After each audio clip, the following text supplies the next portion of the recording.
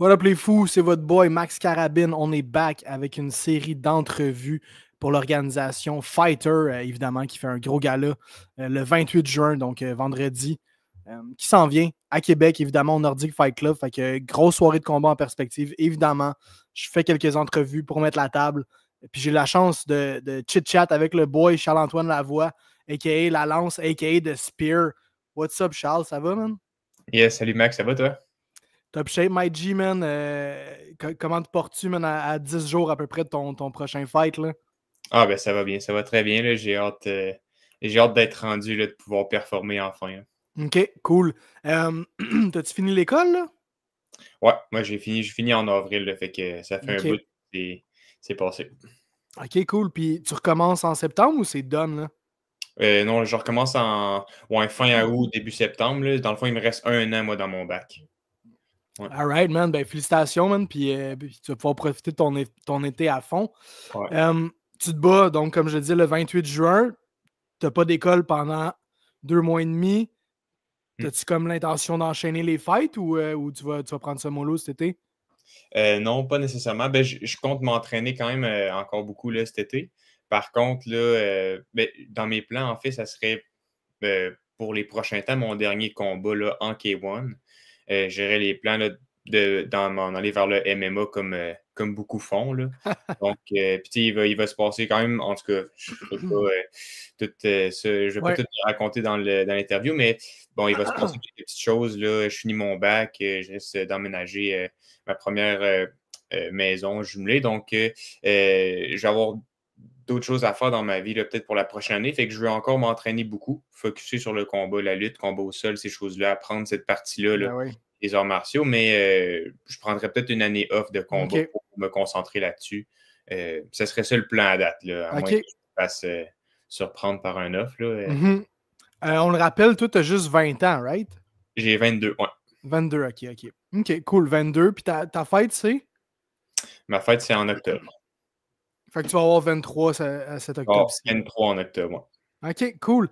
Heureux d'apprendre que tu veux faire le move en MMA. C'est drôle parce que fut un temps, j'étais comme, je veux que les gars de K1 fassent du K1 puis que les gars de MMA fassent du MMA, mais comme, je suis agréablement surpris de voir des gars faire la transition en K1. Ton boy Sonny le fait d'ailleurs, il va faire son premier ouais. fight de MMA. Ouais. J'imagine que c'est peut-être ça qui t'a un petit peu donné l'envie de faire ça également. Ouais, c'est ça. Il y a d'autres gars du gym sont en train un peu de faire ce changement-là. OK. C'est pas nécessairement juste poursuivre la vague. C'est sûr que en général, bon, il y a plus de popularité peut-être autour là, du MMA en Mhm. général que le K1. Puis de plus, je pense réellement que j'ai un style de striking. Évidemment, quand je vais avoir solidifié tout ce qui est grappling, combo au sol, je crois que j'ai un style de striking qui est mieux adapté pour le MMA, pour les petits gants surtout. Ouais. Cool. Ben ouais, man.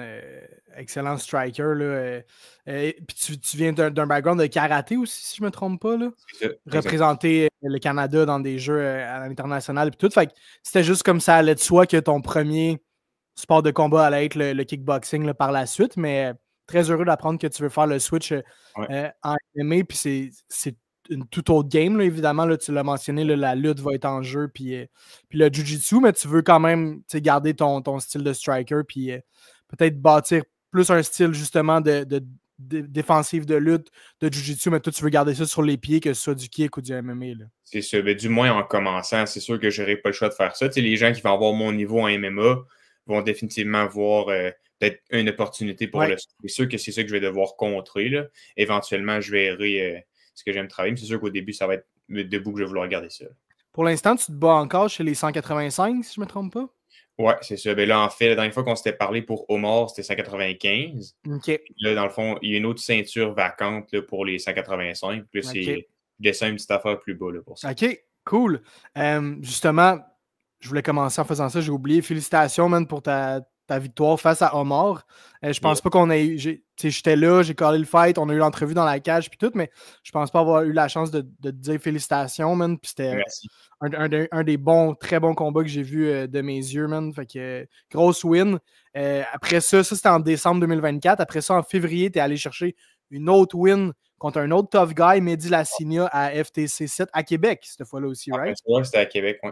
Mais comment pour FTC chez vous, man, FTC qui est comme plus une organisation de Montréal, man, qui ont fait le chemin là-bas à Québec pour les gars de la place, les gars comme toi, de se battre devant vos fans, c'était cool? Ah ouais, c'était vraiment un bel événement, là. C'est ça, c'était au terminal des croisières, fait que c'est vraiment une belle salle, là. Fait qu'il y avait de la place en masse, fait que non, c'était vraiment bien. Ouais. Tu es allé chercher donc 2 grosses victoires back-to-back à Fighter puis à FTC. Puis là, c'est février, fait que là, on est mars, avril, mai, juin. OK, ça fait 4 mois. Fait que c'est pas énorme comme absence, entre guillemets. Mais pour un gars qui est habitué de se battre fréquemment, y a-t-il une raison en particulier pourquoi tu n'as pas compétitionné dans les 4 derniers mois? En général, j'aime ça quand même prendre mon temps. Je sais que il y a la philosophie en amateur, puis le monde se dit genre, on se bat à tous les mois, à tous les fins de semaine quasiment. J'ai pas cette philosophie-là. Évidemment, je sais qu'on n'est pas des professionnels, puis dans tous les cas, je ne suis pas payé. Puis oui, c'est bon d'aller chercher un maximum d'expérience. Par contre, je veux quand même aller chercher des bonnes expériences, puis je veux avoir le temps de progresser entre chacun de mes combats. Je ne veux pas toujours revenir à la même recette, mais préparer un peu rusher, aller faire le combat. Ouais. Pas trop. Je dis pas que c'est grave de perdre. Évidemment, je vais en perdre un à un moment donné, puis garde Ouais. pas. Mais je veux dire, je veux maximiser le temps que je mets pour chacun des combats. Fait que j'aime mieux la façon de le faire comme ça. Tout à fait, man. Puis je pense que, comme c'est un peu ça que tu es en train de dire, là, mais je pense que en tant que combattant, surtout jeune combattant comme toi, tu as encore beaucoup de marge d'amélioration. Puis si tu fais juste prendre des fights puis tu te prépares pour des fights, c'est pas là que tu t'améliores le plus. Tandis que quand tu t'entraînes pour t'entraîner, c'est là que tu vas réussir à développer ta technique. Exact. Plus que te préparer pour un combat en particulier. Là. C'est ça. Fait que, il y a vraiment les deux. Fait que, il y a comme, c'est ça. À mon avis, c'est un entre-deux. Puis c'est de voir ce qui marche pour qui. S'il y en a qui peuvent se battre tous les mois, s'améliorer pareil, ben, c'est parfait pour eux. Ouais. Moi, c'est ce qui marche bien pour moi pour que je continue, que je sente en tout cas qu'il y a une progression constante. Oui, ben, tu as une approche super calculée, man. Puis c'est bien de voir ça aussi. Man, tu as eu une entrevue à LCN. C'est quoi, c'était aujourd'hui, hier? J'ai vu dans ta story Instagram. C'était ce midi, là, tantôt. C'est big time, là? Ouais, c'est ça. Le gars de LCN, il m'a écrit hier soir, puis il m'a dit tu peux-tu mercredi? Puis je suis c'est ma journée de congé, ça tombe bien. Fait que ça a vraiment tombé parfait. Là. Fait que on a fait une petite entrevue avec un petit entraînement filmé là, des pads avec mon coach. Là. Fait que je crois que ça va être diffusé. Si je ne me trompe pas, ça va être lundi vers 18h. OK, cool. Ah, man, j'ai vu ça, j'étais c'est big shot, là. Le Spear, man, à LCN. Mais c'est cool, tu sais, on le voit qu'à Québec, là, c'est pas rare, justement, avec Fighter, que je pense que c'est TVA qui parle beaucoup des shows de Fighter. Là, comme les médias traditionnels, ils ont comme embarqué dans la vague de kickboxing MMA à Québec. Fait que ça, c'est super cool. Puis, man, pour toi d'avoir la chance d'avoir une entrevue sur LCN, que ta famille va pouvoir voir ça, puis tout, ça va quand même être un cool moment, là. Ah ouais, ça va être. Je suis content pour ça. C'est le fun. Là. Je suis content qu'ils puissent me regarder à la TV là, prochainement. Exact. Cool, tu l'as dit, tu as la belt à 195 livres en K1 à Fighter. Tu descends d'une catégorie le 28 juin pour aller chercher celle des 185, donc 10 livres de plus, de moins que ton habitude. C'est quelque chose qui te stresse au niveau du poids? A-t-il fallu que tu checkes ta diète plus que d'habitude ou tu es quand même à l'aise de descendre à 185? Non, c'est pas si pire. Je te dirais, le fight à 195 était quasiment moins avantageux pour moi que 185. Ouais. Bon, ben c'est sûr, niveau grandeur, au moins, on était pas mal pareil. Il a une petite affaire plus grande que moi au mort, mais lui, c'est un gars qui était plus dans les débuts 200, mettons, là, qui descendait. Ouais. Moi, en tout cas, à la pesée, j'étais à 190 livres, même si c'était à 195. Moi, je dirais 190, c'est le poids que je suis comme en forme, puis j'ai pas de restrictions alimentaires. Fait que vraiment, de 190 à 185, c'est comme quelques petits changements de dernière minute. C'est beaucoup manipuler l'eau, mais sans me déshydrater vraiment. Là. Fait que je dirais 185, je suis confortable de le faire avec quelques petits changements quand même à l'alimentation avant. Là. Fait que, donc, ça va bien. Ouais. Excellent, man. Tu vas affronter un gars qui, lui, monte d'une catégorie. Fait que c'est quand même particulier. Toi, tu descends, lui, il monte. Fait que j'ai hâte de voir là, à ce niveau-là si tu vas avoir un avantage au niveau de la taille. Tu vas affronter Ralph Nabong, un gars qui vient de Edmundston au Nouveau-Brunswick. As-tu déjà vu Ralph en action? Qu'est-ce que tu connais sur ton adversaire, Charles? C'est Joseph Nabong. Joseph, OK. Ben, je Ouais. pense que sur Instagram, c'est Ralph Nabong. Ouais, je sais pas, il y a Mais peut-être un surnom ou ouais. il y a plusieurs noms, là. OK, Mais ouais, cool. c'est ça, Joseph Nabong. Fait que ouais, Edmundston, ben ouais, c'est sûr que c'est un très bon adversaire, là. J'ai pu voir quand même quelques vidéos. Puis évidemment, bon, il y a quand même des titres lui aussi, là, avec Waco notamment, là. Ouais. Fait que, non, Je pense qu'il est champion MFL aussi, si je me trompe pas. c'est vrai, en MMA. C'est un gars d'MMA qui fait de la MMA aussi, lui, c'est vrai. Ouais, mais ils ont une belle école là, à Edmundston, justement. Là, j'oublie le nom de son école, là, mais on les salue. Ah, c'est Edmundston Kickboxing. Ouais, Ouais. exactement, du Nouveau-Brunswick. Fait que les gars, ils font beaucoup de chemin pour venir se battre, que ce soit à Montréal ou à Québec. Fait que grosse team. Tu l'as dit, est-ce que tu as eu la chance de le voir en action, tu me dis, Je Joseph? l'ai jamais vu en personne, mais j'ai OK. vu de ses vidéos. Mais Ouais. on s'est jamais vu en personne, non. OK, cool. Fait qu'est-ce que tu t'attends à avoir un avantage au niveau de la taille puis de la force physique, comme c'est un gars qui est plus léger que toi? Tu te fais pas trop d'attentes à ce niveau-là, tu te concentres sur ta game comme d'habitude. Comment tu vois le fight se dessiner un petit peu le 28? C'est sûr que c'est très rare que je vais comme juste miser sur l'avantage physique, là. Donc évidemment, on se mentira pas, je vais être plus grand que lui. Fait que c'est sûr, je sais pas trop c'est quoi sa grandeur. Je dirais un petit peu en bas de 6 pieds, mettons. OK. Donc c'est sûr que je vais avoir l'avantage là, au niveau de la grandeur, ce qui veut quand même pas tout dire là, en combat. Donc chacun a un moyen y trouver son avantage, là. Fait que Ouais. je ne m'assis pas là-dessus, là. Mais fait que ouais, c'est ça. Je dirais peut-être au niveau du poids, c'est sûr que je vais peut-être sembler un petit peu plus lourd que lui là, en général, mais ça m'a l'air quand même d'un gars très puissant. Il est reconnu pour ça, Absolument. là, principalement sa puissance. Fait que je vais le respecter comme si c'était un gars de Ouais. mon poids, là. Dans tous les cas, à 185, tout le monde connaît fort. Fait que, Ouais, ça c'est sûr. ouais, ouais. Ben, le fait que tu aies un avantage de portée, c'est pas nouveau pour toi, je pense. Tu es quand même quelqu'un qui est assez grand. Puis ton Ouais. style, justement, on ne te surnomme pas la lance pour rien. C'est que tu es le genre de gars qui va rester à distance puis tu vas utiliser des longues frappes linéaires. Fait que ça risque de ne pas changer pour ce combat-là. Généralement, là, on peut penser que le gars il est plus petit puis c'est un cogneur, comme tu dis. Fait que c'est peut-être le genre de gars qui va spammer des overhands, qui frappe très fort. Toi, quelqu'un qui frappe fort en général, c'est quelque chose que tu crains en particulier? C'est un style que, comme, t'as pas peur du contact? On l'a vu dans ton dernier combat face à Omar. Omar frappe excessivement fort. Fait que je pense pas que tu aies peur nécessairement de quelqu'un qui frappe fort, mais disons, pour un gars comme toi qui est plus grand et qui se bat avec des attaques plus comme tu utilises bien ta distance, Ouais. comment tu fais pour te méfier d'un gars qui est plus petit et qui va spammer des overhands et qui va utiliser sa puissance?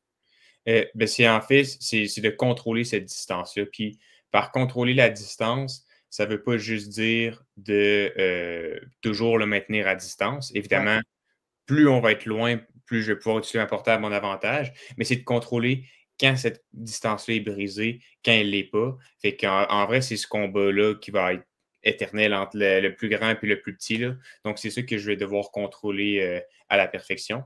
Mais pour ce qui en est de la force de frappe, évidemment, je ne vais jamais dans un combat en me disant c'est mon menton contre ton menton. Là. Je ne suis pas du genre à rester devant et à soigner. Fait contre Omar, je pense ce qui a fait que c'est devenu un peu une guerre. J'ai comme manqué d'énergie, comme on peut voir peut-être après partir du troisième round. Là. Fait qu'on a vu que mon game plan qui marchait bien aux 2 premiers rounds, de plus rester à distance, il a comme un peu pris le bord. J'ai comme pas eu le choix. Là. Mais c'est sûr qu'au final, là, je ne planifie pas de rester et d'échanger coup pour coup avec lui, évidemment. Ouais. Et je pense que c'est pas un bon plan pour personne à notre poids. Là, fait que... Oui, absolument.